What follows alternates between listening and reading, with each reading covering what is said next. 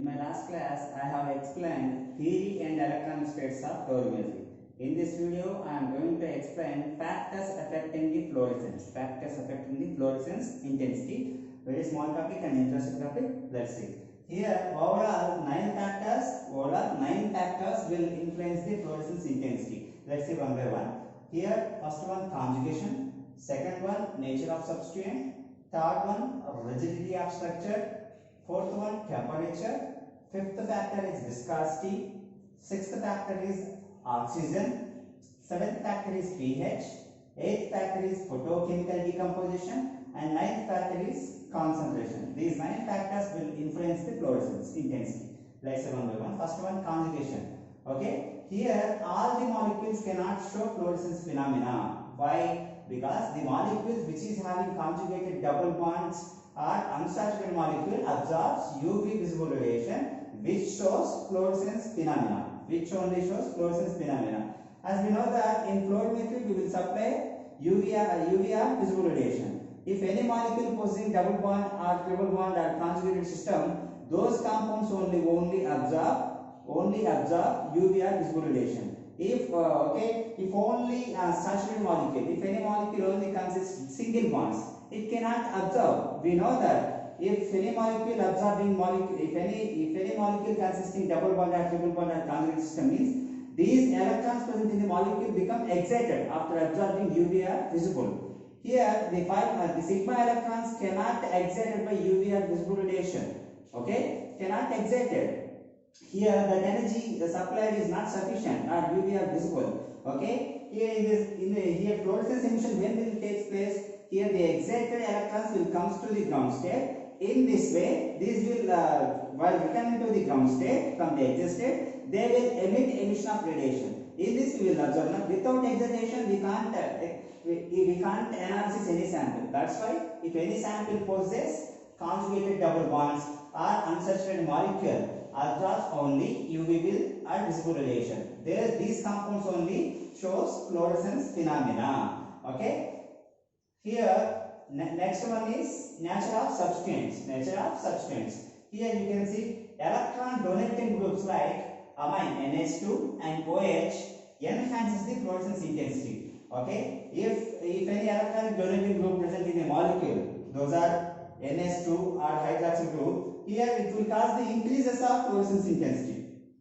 It will increase the fluorescence intensity. Then electron withdrawing group like nitrogen dioxide and carboxyl group, okay, NO2 and COOH group reduces fluorescence intensity. Okay, electron withdrawing group reduces the fluorescence intensity. Electron donating group increasing the fluorescence intensity. Then groups like NH4 plus, ammonium ion, bisulfite ion and alkyl group don't have any effect on fluorescence intensity. Okay, if any groups containing ammonium, bisulfite or alkyl group, these doesn't show any effect on the fluorescence intensity. Even though they present means fluorescence intensity either not increase either not decrease.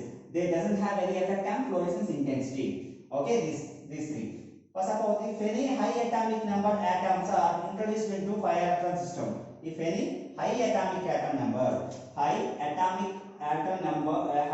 atoms are introduced into the 5-electron system, it increasing the phosphorescence, decreasing the fluorescence intensity. Remember, okay, high atomic number atoms increasing the phosphorescence, decreasing the fluorescence intensity. Okay, you have to remember this. So electron donating group enhances, electron withdrawing group reduces.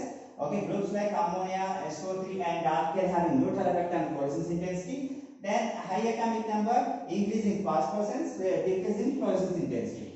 And this is the nature of substance based upon the group present in the molecule. Next, rigidity of structure. Here, rigid structure. If molecule possesses rigid structure, here it causes more fluorescence intensity. It is having more fluorescence intensity. If flexible structure, if the molecule possessing flexible structure, less fluorescence intensity will be there. Okay, less fluorescence intensity will be there. I give you some example for rigid structure and flexible structure. This is the example for rigid structure. This is the example for flexible structure. Okay, rigid structures will increase the fluorescence intensity. Flexible structures will decrease the fluorescence intensity. Then fourth factor is temperature. We know that if the temperature increases, as the temperature increases, collisions between molecule will be increased. Collisions between molecule will increase. Finally, therefore, fluorescent intensity will be decreased. Okay. Here, temperature increases. What will happen? If the temperature increasing, here collisions between the molecule will be increased. If the collisions between the molecule increasing means here some amount of energy is lost in the form of heat. That we have seen in the theory of fluorimetry. Okay, in the form of heat, some excess energy will be lost. Okay, due to collisions. Here, so if the energy is lost, means so therefore fluorescence intensity also will be decreased.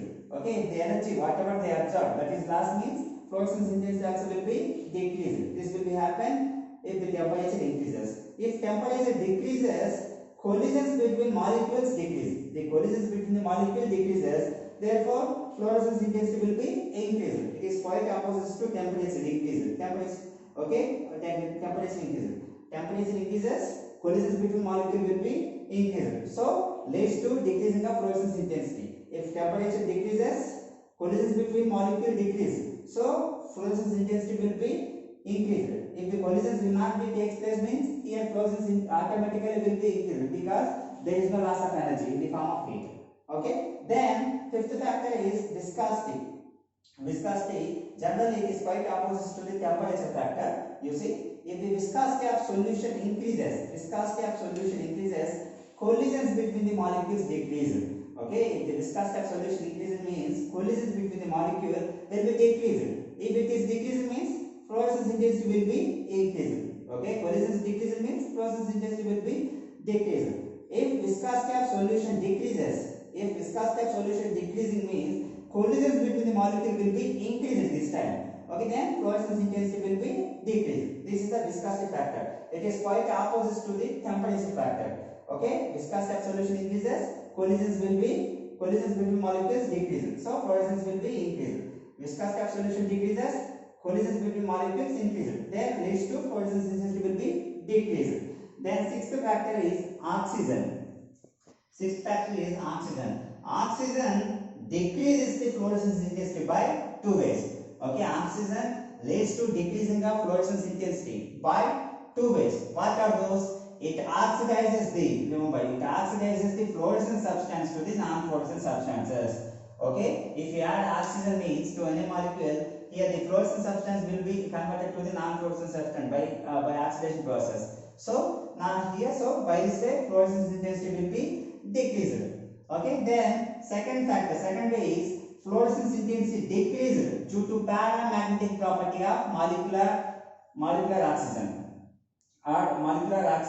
Okay, here this fluorescence intensity will be decreased due to here this oxygen having paramagnetic property. Okay, oxygen having paramagnetic property. Due to that also here fluorescence intensity will be decreased. So by these two ways oxygen will decrease the fluorescence intensity. Then seventh factor is pH. Okay, the effect of pH depends upon chemical structure of molecule. Okay, pH effect is depends upon the chemical structure of molecule. Let's say if aniline, you can consider aniline present in acidic solution gives fluorescence phenomena in UV region. If aniline is present in acidic solution, it fluorescence, its emission of radiation, it exhibits in UV region. The emission radiation having wavelength in UV only means 200 to 400 wavelength region only. If aniline is present in alkaline solution, okay, it exhibits fluorescence phenomena in visible region. Here fluorescence emission will be occurred only in visible, that is to 400 to 800 nanometer. Okay, visible region means 400 to 800 nanometer. This depends upon chemical structure. Okay, then this is about aniline. Next, phenol. Phenol, if it is present in acidic solution, here it remains in undissociated form. Phenol will remain undissociated. They will not dissociate in acidic solution. If it is in case of phenol, so it doesn't exhibit any fluorescence. If it is undissociated means it doesn't exhibit any fluorescence. If phenol is present in alkaline solution, it will remain as a dissociated or ionic form. In alkaline solution, phenol will be dissociated or will be converted to ionic form. So ionic form or disulfide form will give good fluorescence. This is related to the phenol. Okay. So here I given two examples under pH effect, aniline and phenol. Aniline present in acidic solution gives fluorescence phenomena in UV region. Aniline present in alkaline solution gives fluorescence phenomena gives visible region.